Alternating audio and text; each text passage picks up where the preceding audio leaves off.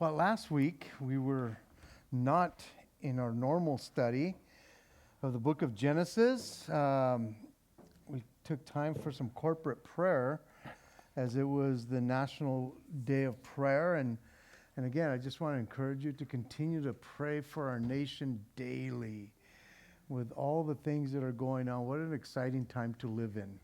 I know sometimes it could be a little scary. And it could be a little sketchy at times, but it's like, man, what an exciting time that God has allowed us to be in this time. So, if you will, tonight, make your way over to Genesis chapter 21. And as you make your way into that chapter, we will be jumping right in shortly. In this chapter, we have the long-awaited promise fulfilled. And I think we all love to hear the promises of God, you know. Again, I think it's so funny that, you know, I don't know if they still have them, but I'm sure they do the little promises of God that you can for each day, you know. We love those things. We love the promises of God, and oftentimes when we hear about the promises of God, we think, man, they're going to happen like right now, and I don't know about you, but oftentimes we look at the promises of God in the scriptures and you're going, man, they have to wait a long time. And I don't know about you, but I hate waiting. When God gives us a promise, it's like, okay, Lord, I'm ready to go. And then he says, okay, yeah, but you were going to wait. It's like, okay, what is it, like 2 days, 3 days? We're ready to go. And it's like, no, it's going to wait for a while. And you're going, okay, just tell me how long. And I will be good with it. But he doesn't always tell us the date and the time. And so I hate when the promises of God linger before they're fulfilled. But God's promises are sure. And tonight we look at one of those chapters that the long-awaited promise is finally here. And you almost want to go like, Lord, why do we have to wait for these promises? And I think oftentimes it's to build our faith. Are we going to trust? Because again, we love it when he works really quick. And some of us, man, we have a timetable. And yet, when he lingers, when he allows it to linger, is to build our faith. And I think that's what makes the fulfilled promises that much more precious when they are fulfilled. And I want to give you two different scriptures from Hebrews. In Hebrews, before we get into our text, in Hebrews chapter 6, verses 10 through 12, he says, "For God is not unjust to forget the work and labor of love which you have shown towards his name, in that you have ministered to his saints and do minister. And we desire that each one of you show that same diligence to the full assurance of hope until the end, that you may not become sluggish, but intimate those who through faith and patience inherit the promise." That it is through faith and patience that we get to inherit those promises. And again, it makes it even sweeter when you're going, thank you, Lord. Because it's in that time of waiting that your tests might, or that your faith and my faith are tested, to see if we will still hang on. Another scripture from Hebrews is Hebrews chapter 10, verses 36 to 39. "For we have need of endurance, so that after we have done the will of God, we may receive the promise. For yet a little while, and he who is coming will come and will not tarry. But the just shall live by faith. But if anyone draws back, my soul has no pleasure in him. But we are not of those who draw back to perdition, for of those who believe to the saving of the souls."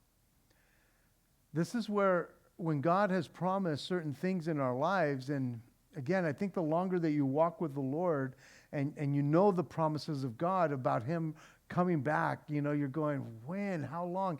And guys, we are living in a place and time that even non-believers are going, this can't continue on.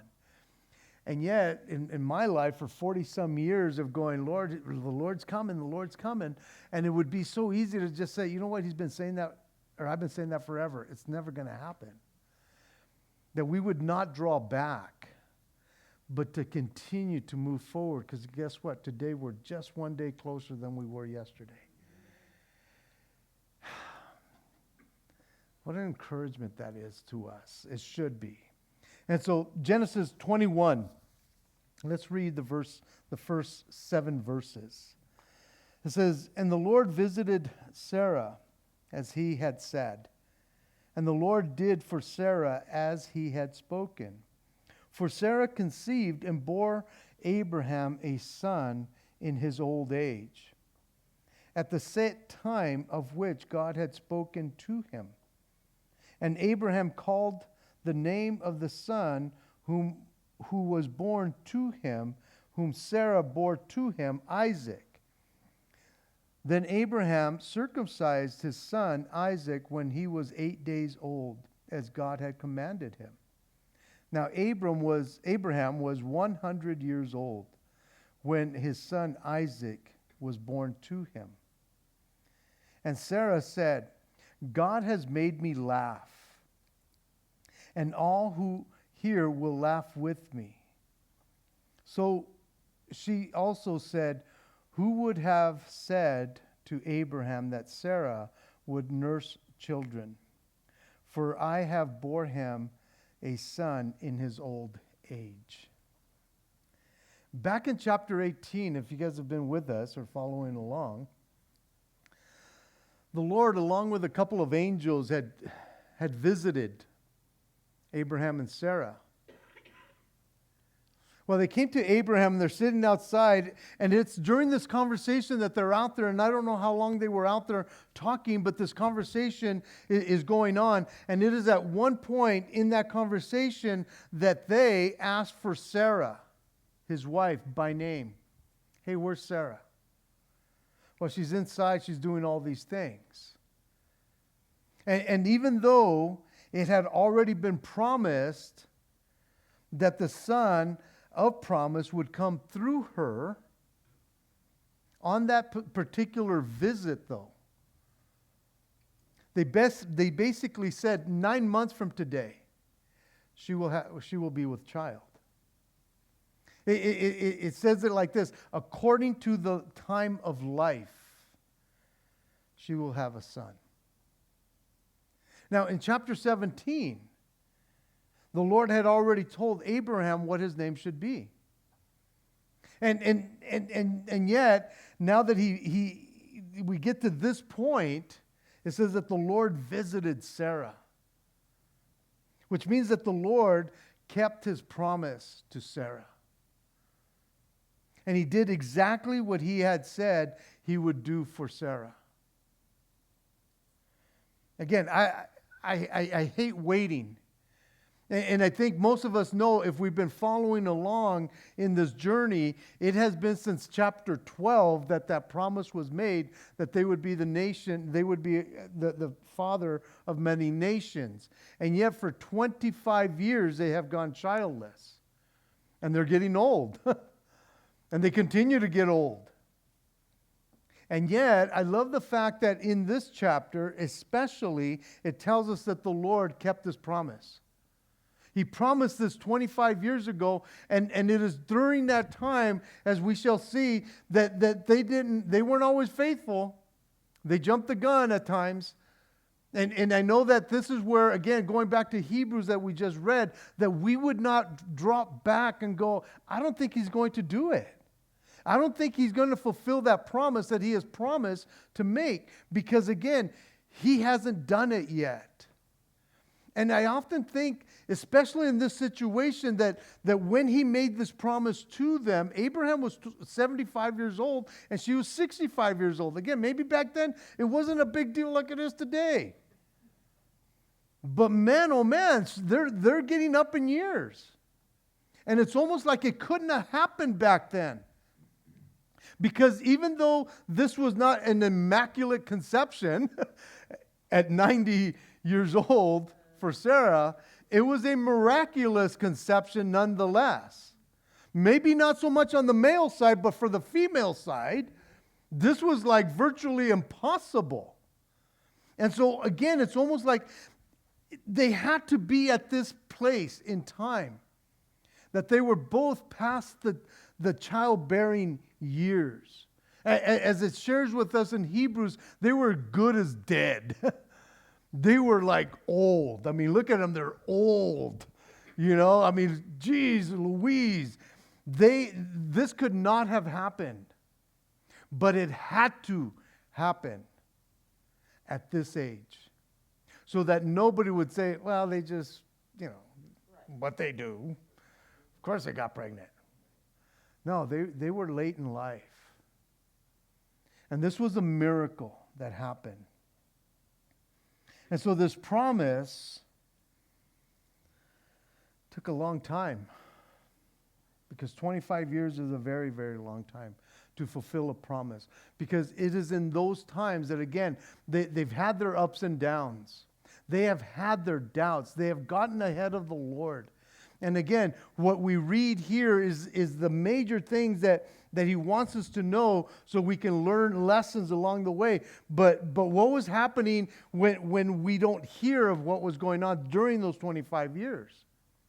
What was going on day in and day out? Especially when they get ahead of the Lord and they decide, well, you can have a son from her. And every morning her waking up and looking at this kid going, but that's not my kid. And I know that it's not. And we could try to pretend, but it's not my kid. And so you can imagine that in this time of waiting, it was difficult. Just like it's time, whatever time you're waiting for you right now, whatever you might be going through, that you know that God has promised something in your life, and you've been frustrated, and you've been anxious, and you've been in a place of going, I don't think he loves me anymore, because it's been way too long. But God is faithful. God is faithful to his promises, because his promises never fail. Guys, if we read through the scriptures of the times that he promised something, they have not failed, not once. Not once. And why is it that we, and I'm sure they had their moments, think, well, maybe this would be the first time. And we wrap our heads around certain things that we end up giving up, and we end up falling back, and we end up just going, forget it, Lord. Forget the promise. Understanding all the while, and I've said this before, that God is never in a hurry. And yet he is never late. He is never late. He has never been late. But you see, he doesn't wear a watch either. And he doesn't look at the calendar, I don't think. But he's never in a hurry. But he will never be late. And you can take that to the bank, that he will never be late, because it will happen in his timing and at the right timing. And sometimes he will take you so far so that you will know this is the Lord. This is now the Lord. And so again, that we would never get to that point of just giving up.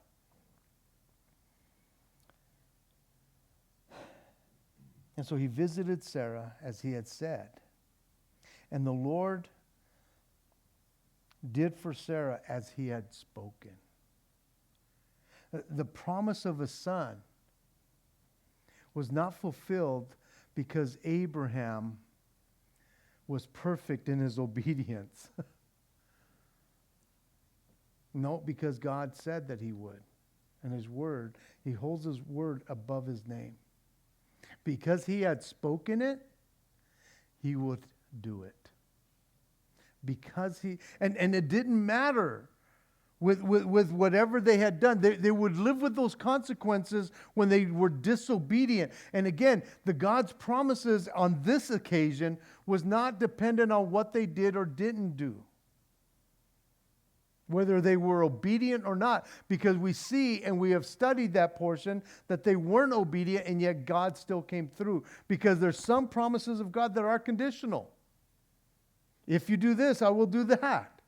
But he lets them know about the conditions. Other promises are unconditional. It's just because he spoke them, because he knows what he's going to do. He had promised that they would be the descendants, that there would be descendants like the stars of the heavens, like the dust of the earth, and he was not going to go back on that. And they're getting to their 3 digits, Abraham here, and he has one son, and that's not even the one of promise. Because God said, no, it's not going to be through him. And so you can imagine them going, I don't know about this, but God will fulfill the promise whether we jump on the plan or not.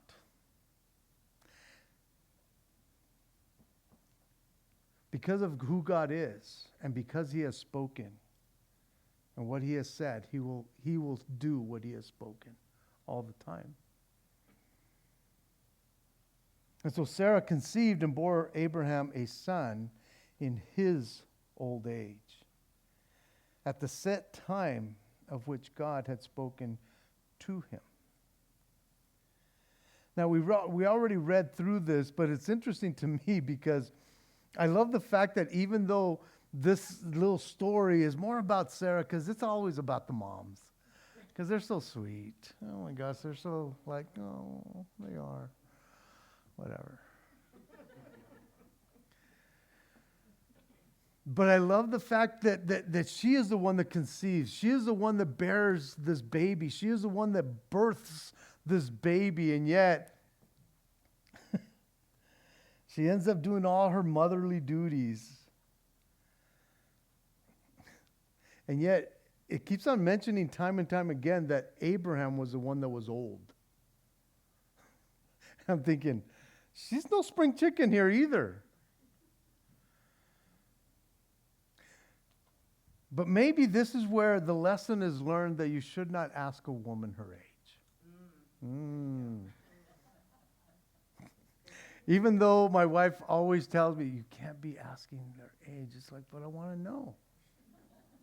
I just need to know sometimes for whatever reason. But I love the fact that, again, it's just, he is old, he is old, he is old, at his old age and stuff like that. But it was at that set time that God had spoken to him. For all these years, Sarah had been barren. And she wore the weight of that. And in that culture, that was a heavy burden to bear. When you were childless, it's because something's wrong. And I'm sure people smiled at them, a courteous little smile here, when both of their names were changed. From Abram to Abraham, from Sarai to Sarah, which introduced that they would not only be the father and the mother, but of many nations, of multitudes. And I'm sure people smile like, oh, how cute. How cute. The father of multitudes, the mother of multitudes. Here he has one son, Ishmael, at this point in his life. That's far from a multitude. And it wasn't even Sarah's son. And so she bore the reproach. And yet, here we see that their reproach is ending. And they will rejoice at the arrival of their son. And it is at the perfect time, because it is the set time that God had said, at this particular time, you will have a son. Abraham called his name Isaac. And we know from our past studies that that because they both laughed at different times when he said, hey, you will have a son, they kind of like laughed at it because they knew it's like, may it be Ishmael? He's going, no, it's not going to be Ishmael. And they kind of laughed, and not in a disrespectful way, but almost like a disrespectful way. They laughed at God's promise that he would actually do this because it was so far-fetched. And yet, as hard as it was to wait for this promise, by faith they responded to God by naming him Isaac, laughter, which means laughter. Their laughter of unbelief had just turned into the laughter of joy. And so you can imagine this older couple having their baby, the pitter-patter of little feet. Can you imagine how joyful she is now that the reproach that she had carried for 90 years, basically, is now lifted? Abraham goes on to be obedient by circumcising his son on the 8th day, as the Lord had commanded him. He takes his little bundle of joy and he goes and circumcises him because we read earlier, a few chapters before, that God had commanded them to cut away the flesh. This would be the son of the promise, even though he did it with Ishmael and all his servants. But this one in particular, on the 8th day, you will circumcise this kid. And he is obedient to that because God commanded him to do that. And again, you almost go like, but there was other times God commanded him to do other things and he wasn't obedient. It's like, but this time he was. And I think we have to realize that again, there's times that we don't want to be obedient and God commands us to be obedient. And when we're obedient, we get blessed because we are. And it was one of those particular times, and it tells us once again how old that Abraham is. He is 100 years old, which meant that Sarah was 90 years old. And I could only imagine that there's this vigor in her life because this newborn baby in her life. There's this rejoicing, and no one can take that away from her.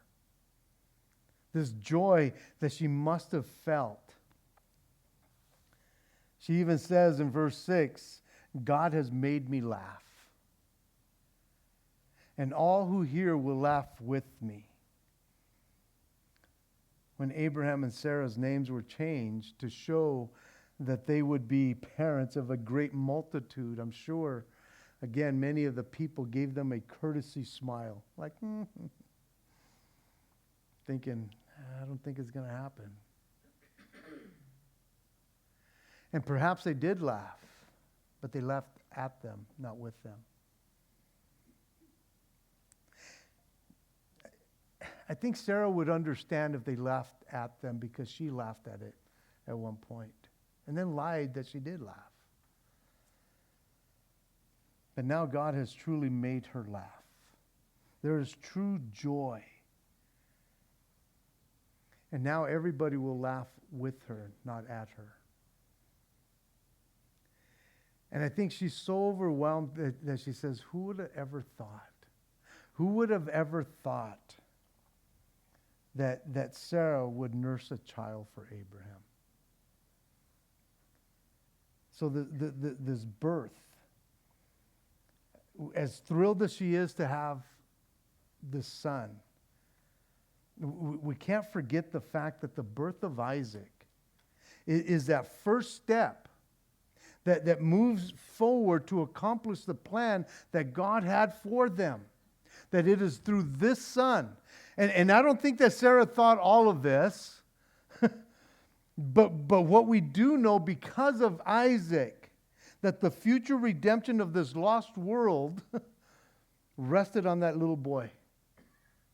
It would be through him, through that promised son, through his birth, that they are now enjoying, that he would beget Jacob.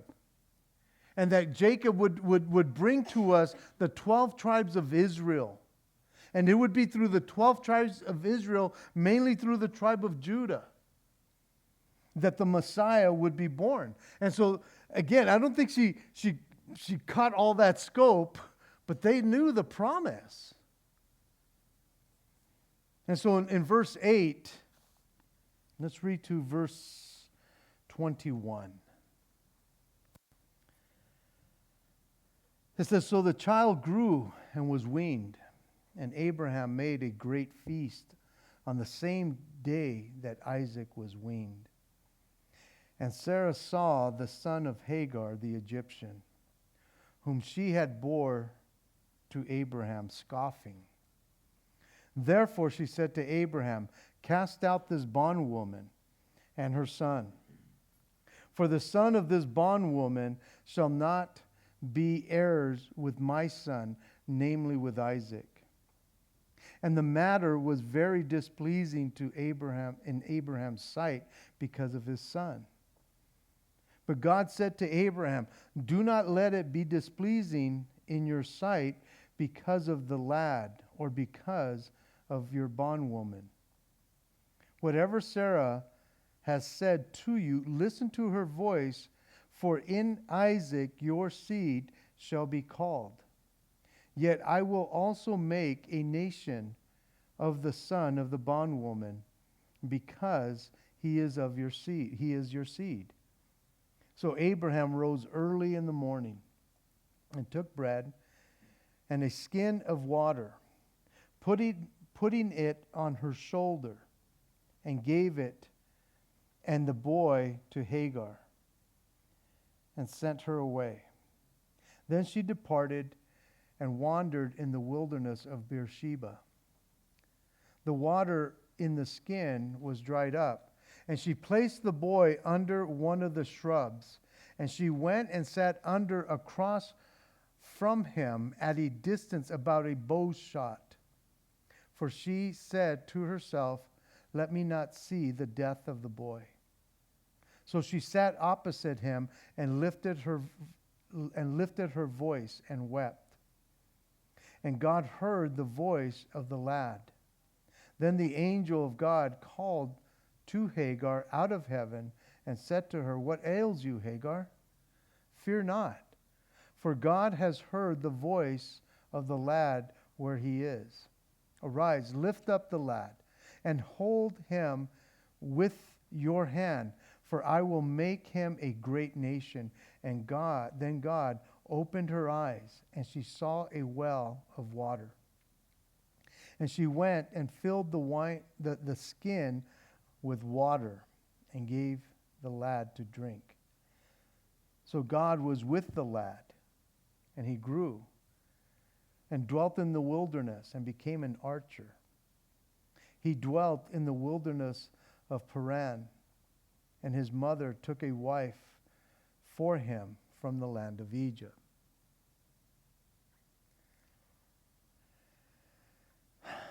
Some say that in those days a child was weaned somewhere about 12 years old, which that sounds kind of crazy.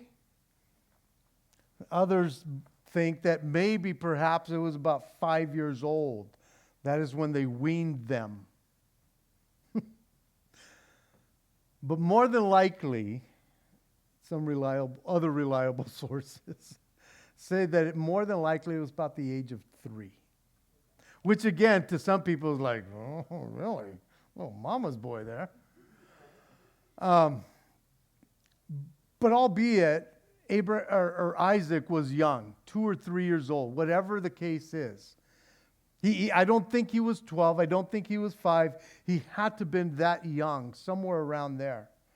Which, if he was 3 years old, this would make Abraham about 103 years old now. So they've had him for this long.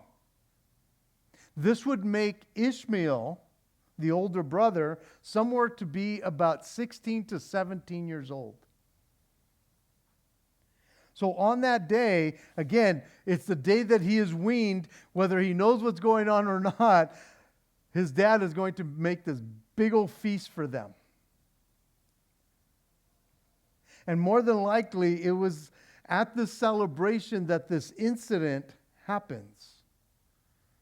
And like many of the family parties, it goes from happy to the party's over and no time flat because somebody spoils a party.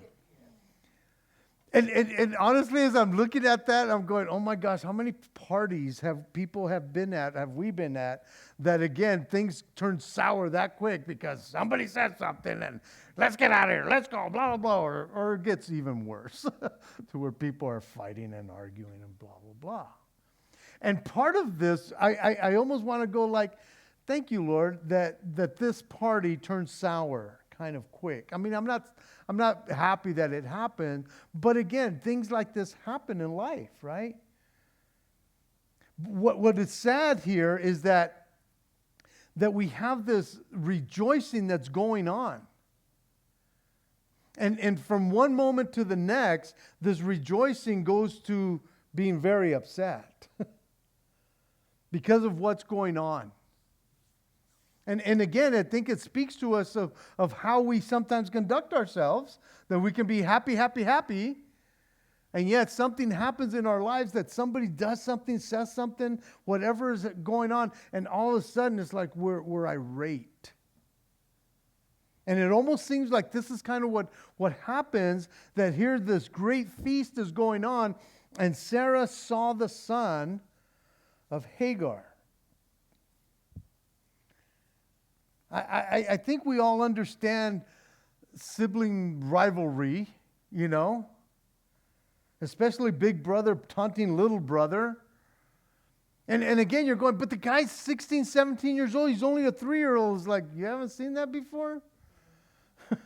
Of people doing that to their little brothers or sisters and just taunting them and just being a jerk? But that's kind of what's happening here. But he uses the word scoffing, which does mean laughing. But it goes a little deeper than just laughing. The Old King James uses the word mocking for scoffing. That he was mocking him. And that word mocking means to laugh outright in merriment or scorn. By implication, to sport, to jest, laugh, mock, play, make sport. And you almost want to go, okay, I could see that happening, but there's something about this whole scoffing thing that God doesn't think is too funny. Sarah, for sure, but God, again, he's not too keen on scoffers.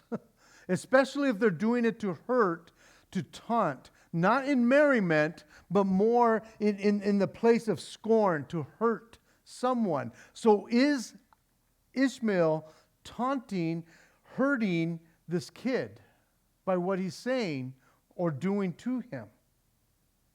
Now, I totally understand that moms can be a little sensitive when other people are picking on their kids and Mama Bear comes out quick. And I get that. Because again, nobody messes with Mama Bear because that's their kid. And it's interesting that she can't even get herself to say Hagar and Ishmael. It's that bondwoman and her son. Not even using names here. Which is interesting because God's going to say the same thing when he says, hey, don't worry about the bondwoman and her son. But she can't even get herself to say the names. And instead of dealing with it herself, which I think was wisdom on her part, given the fact that last time she had an issue with Hagar, and she goes to her husband and he says, hey, you take care of it. It says that she dealt with her harshly, which was not a good thing, and she did not look very well. She did not look good because she went off on Hagar. So much so that at this time that Hagar is pregnant, she leaves because of her master, her maiden, or her mistress, whatever she's called. But she goes to her husband once again. And you could imagine Abraham. What? They're just boys. He's just trying to tough him up, man. Let's not get hasty here, because he's a typical guy. He's a typical man. And again, that's the difference between men and women sometimes, because men, it's like, it's not going to kill him, man. It's okay if he gets toughened up a little bit by his big brother, where mom's going, no, that's my baby. It's like, I know it is, but... Because it does say here that the matter in verse 11 was very displeasing to Abraham, in Abraham's sight, because of his son. Again, being a typical man. He didn't think that it was that big of a deal. But Mama Bear did. She's very upset. And who knows how many times this kind of little incident had happened throughout those 13 years of life, 16 years of life, that Ishmael would say something or do something. How many times were they in that situation that they were arguing over this whole thing? Because Abraham is going, but that's my son. Abraham truly loved his son Ishmael. That was his firstborn in that respect. And maybe I'm hoping that Sarah tried throughout the years to love him. But at the end of the day, it was not her biological son. And I know that, man, people deal with this all the time, because as much as you want to love your stepkids and stuff, it's sometimes difficult. And I think here's a good thing for us to understand, that this is normal, not great, but it's normal. It happens because she's going, I don't care about this son. He is not my biological son, but my biological son is getting picked on, and you need to do something about that kid and the woman.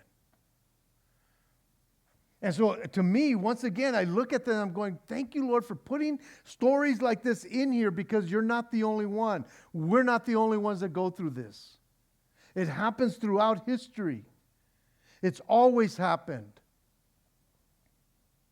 And so you can imagine how she's feeling, but you can imagine how Abraham's feeling as well. And this is what I love, because verse 12, it says, but God said to Abraham. You see, what we didn't see in chapter 16, when this whole situation arose with Hagar and Sarah at that time, we didn't hear that phrase, but God said to Abraham. What happens in chapter 16 is so much more different than happens right here, because here you have, in chapter 16, you have Hagar, who is pregnant. Because of this, she is mocking her Sarah, and she says, deal with it, Abraham. He goes, you deal with it. That's your maidservant, and it doesn't bode well for Sarah at that time. But Abraham should have stepped up and taken care of it, but he didn't. But it never says that Abraham went to the Lord and said, Lord, what do I do with this? What should we do in this situation? But in this time we have the phrase that again, the Lord said to Abraham. Again, what we see in chapter 16 was nothing but the flesh at work. And it's interesting how that mistake in chapter 16 was still a thorn in their side all these years later. That word to be displeased on Abraham's part means grievous, which means that it was very, very painful for Abraham to have to deal with this. And it was very serious, because he knew what would have to happen. And the Lord says to him, whatever Sarah has said to you, listen to her voice. For in Isaac your seed shall be called. What happened last time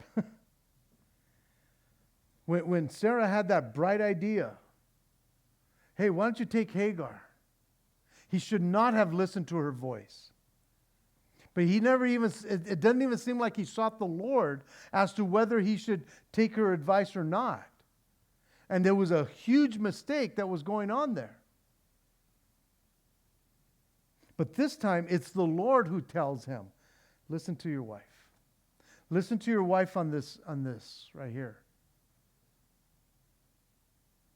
The Lord was saying that what Sarah was saying about Isaac, that is what you need to take heed to.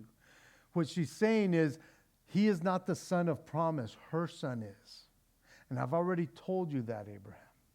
And so now you're going to have to go and deal with this situation.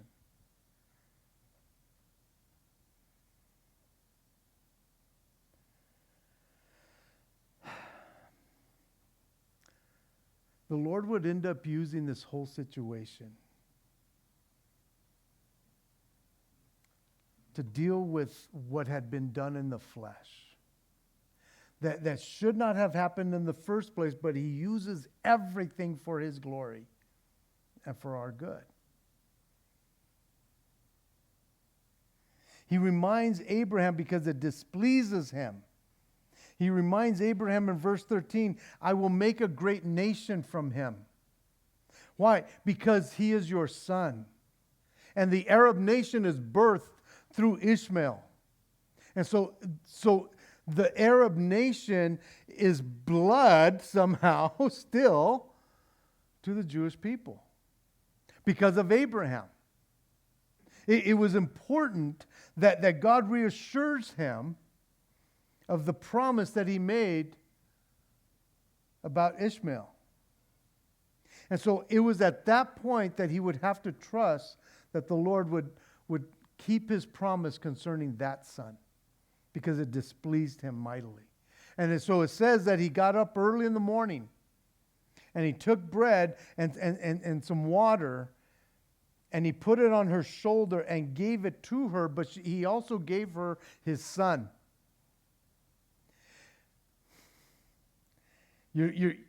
I know for me, I'm looking at this, I'm going, dang, this is really hard. Because of what happened in the flesh so long ago, he has to cut it off now. That has to change. And Abraham is obedient to the Lord, even though it means that he will never see his son again. As far as we know, the only time we hear of Ishmael after this whole chapter is after the death of Abraham. When he comes back to bury his father with Isaac. But he is saying, I will never see my son ever again. And so he gives her what she needs. And it's interesting. He is a very, very, very rich man. And all he gives her was bread and water. He could have said, here, boom, you are set for life. Go on with your bad self. Take care of whatever you got to take care of. You will never want for nothing. And yet all he gives her is what she needed to get from here to there. Because now he has to trust that God will keep his promise to her, not because of her, but because of him. And so what we notice in this whole thing, that it was Ishmael who caused this conflict. The son of the flesh. Because again, as sappy as I could get, because I'm studying this and I'm going, man, this is a sad situation. As touching as this could be, it's like, man, he's not going to see his son anymore. But there's a spiritual aspect to all of this. And most of you guys already know the story of how God uses this. Because it's Ishmael who causes the conflict, and he's using it, and who causes it, and he's doing it by scoffing. He's scoffing at the promise, at the son of promise. That's what he's scoffing at. So he's basically scoffing God. And so I don't think we have the time, but Galatians chapter 4. Galatians chapter 4 describes the spiritual application of all of this conflict that happens between Isaac, the son born of the promise, and Ishmael, who is the son born of the flesh. And Galatians chapter 4, it details for us how Paul was battling these Jewish legalists, the Judaizers at the time, who were troubling the Gentiles. They were protesting that they were children of Abraham, and thus they were the ones that were blessed, not you. Yet the believers in Galatia, they were the ones of promise. These guys were the ones of law. And Paul admitted that, yes, you are the children of Abraham, but you're more like Ishmael, not Isaac. And these Judaizers, they claim Abraham is our father. And basically but Paul turns around and says to them, but who's your mother? Who is your mom? Because it's not Sarah. It's Hagar, the Egyptian. The bondage. The one that comes from the world. Ishmael was born of a slave and born according to the flesh, where Isaac was born of the free woman and born according to the promise. And so Paul, again, in Galatians chapter 4, he promotes this relationship that is based on bondage and the promise, the law and grace. And how it's those who come from grace that get the eternal life, where this other one, it's like you stay under the law.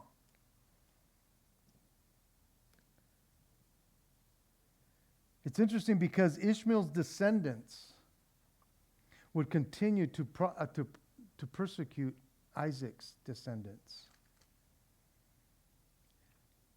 And even in modern day, we still see those who are products of the flesh that are still in the religious mode, that even the Arabs of today still persecute those of the promise. For us, we are to cast out the bondwoman and her son. It's a difference between law and grace. And law and grace cannot dwell together. Not in the Christian life. And so the question is, who do we belong to the free or to the bondwoman? What had to happen here is he had to cut it off. It looks very drastic, but that's what we have to do with the flesh, is be very literal and drastic. To not feed it. to put it away. And so we see here that it seems like, man, it was so ruthless what he had to do, and that Sarah was the one that initiated this, but he had to deal with it. But God says, but you have to. You have to be ruthless. You have to cut away the flesh. You have to get rid of it. Because that's not where my promise is. My promise is over here. And so he gives her what he has to give her. Again, he doesn't even give her a donkey. He doesn't give her more supplies. He doesn't do anything. And so Abraham has to realize that even though if he would have gave her everything without God, without her trusting in God, then it's not going to work. And this is what I find fascinating, because in verses 15 to 21, where we get this picture, that they go out into the wilderness, and the wilderness of Beersheba would be south of where Abraham was. And it tells us that the angel showed up to meet with Hagar once again. This is the second time that God has showed up to minister to her. Here's an Egyptian woman. Here's a woman who was caught up in coming out of the world, but she's still now going back in that direction because she's been cast out, and yet God still ministers to her and meets her right where she's at. She's so concerned about her son that she doesn't even want to be close to him in case he dies. And so she gets a ways away, and yet God still says, hey, but I've heard the voice. I've heard your crying. And he still meets them there because of the promise that he made to Abraham. Not because of Hagar, but because of the lad. He heard the lads crying, the boys crying. And so he would grow up, and he would become a hunter, if you will, an archer. He dwells in the wilderness, and God shows her this well of water so that they can continue on.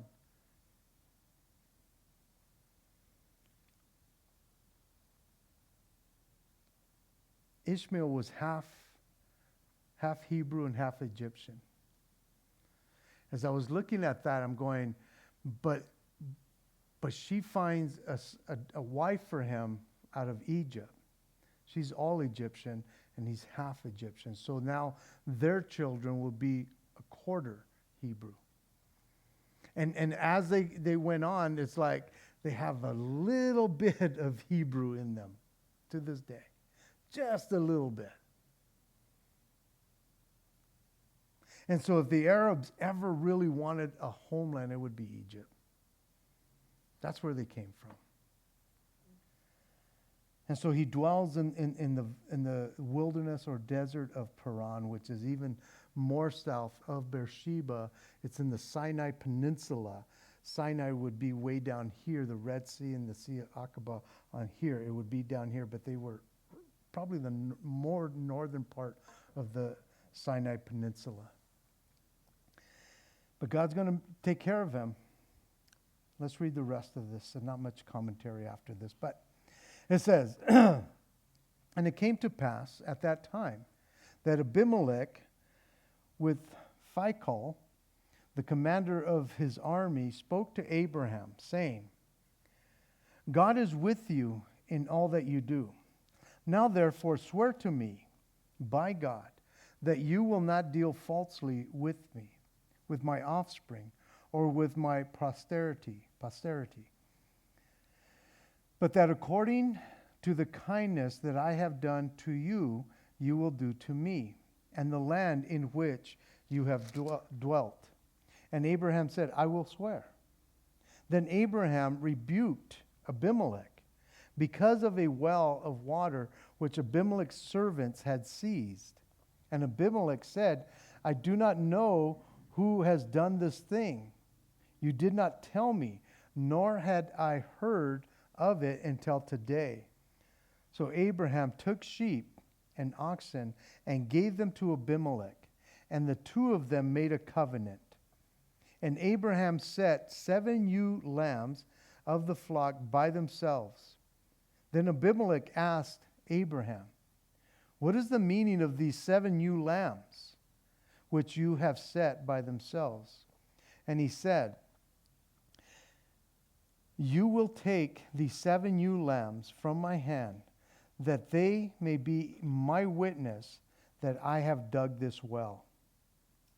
Therefore they called the place Beersheba, because the two of them swore an oath there.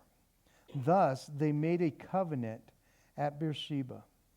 So Abimelech arose with Phicol, the commander of his army, and they returned to the land of the Philistines.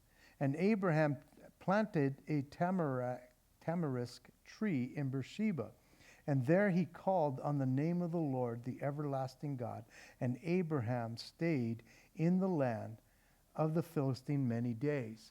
Really quick here. Here Abimelech, and Abimelech could possibly be the same one that we met a few chapters back, where Abimelech was rebuking Abraham at that time because he had taken Sarah and blah, blah, blah. It might be the same Abimelech, as I shared with you. The word or the name Abimelech is like a pharaoh. There was different ones, but it perhaps is the same one because he understood, because he says, I know that God is with you. He's not saying, man, I want your God. He's just saying, I know that whatever you do, God is with you. And here Abimelech is way bigger than Abraham could ever be at that moment. But yet he sees something and is saying, if I don't make a covenant with him now, if he begins to grow, he will take over what I have here. And so he makes a covenant with them. And Abraham was no stranger of making covenants because he had made allegiance with other nations back in, I think, chapter 16, whenever it was, 15 maybe. And so he was no stranger to doing that. Let me go back. This is chapter 14. He was no stranger to doing that because he was going to dwell in the land. And yet, after it all comes out, it's like, hey, we're good, right? He says yes. And so he makes a covenant. He takes these animals and he splits them in half, as we talked about a while back. And they walk through them and they're saying, if we break this covenant, it will be worse for us that we would be split up like this. And so he makes a covenant with them, but these other lambs that he sets aside, he says, this is to prove that well is mine. And understand, in those days, you just didn't take somebody's well, but if you could, you would. And so you could tell that Abraham takes this serious. It's like, I never brought it to your attention because I wasn't going to go crying to you about every little thing that happens. But now that we're friends, now that we have this covenant, that's my well. And Abimelech said, well. That's a deep subject there. So anyways, so he says, okay, we're good. We're square. Everything is good. This will prove that that is my well. And I love the fact that Abraham, he plants this tamarisk tree, which means that he was very secure where he was at. Because oftentimes planting something like that and living under it meant that you were secure. But I love the fact that he also worships and calls upon the name of the Lord, upon the everlasting God. And you could tell a lot about Abraham, and you will see this a little later. And again, Beersheba means oath, a well of oath. That you can tell a lot about Abraham by how many altars he builds, but how many wells he also digs. Because again, everywhere he went, God was with him. Wherever he needed water, God says, right here, you will have water. And so he rested right where he was at. And it tells us that he dwelt in the land of the Philistine for many years. And so you can read on ahead if you'd like. Again, the story just gets better and better. Thomas was telling me today, he's like, man, we're not even halfway done with Genesis. I thought you wanted to go through it really quick. It's like, I can't. There's so much. But anyways, let's pray. Jesus, we thank you once again for your faithfulness and for your goodness, Lord. Lord, again, through all these years, Lord,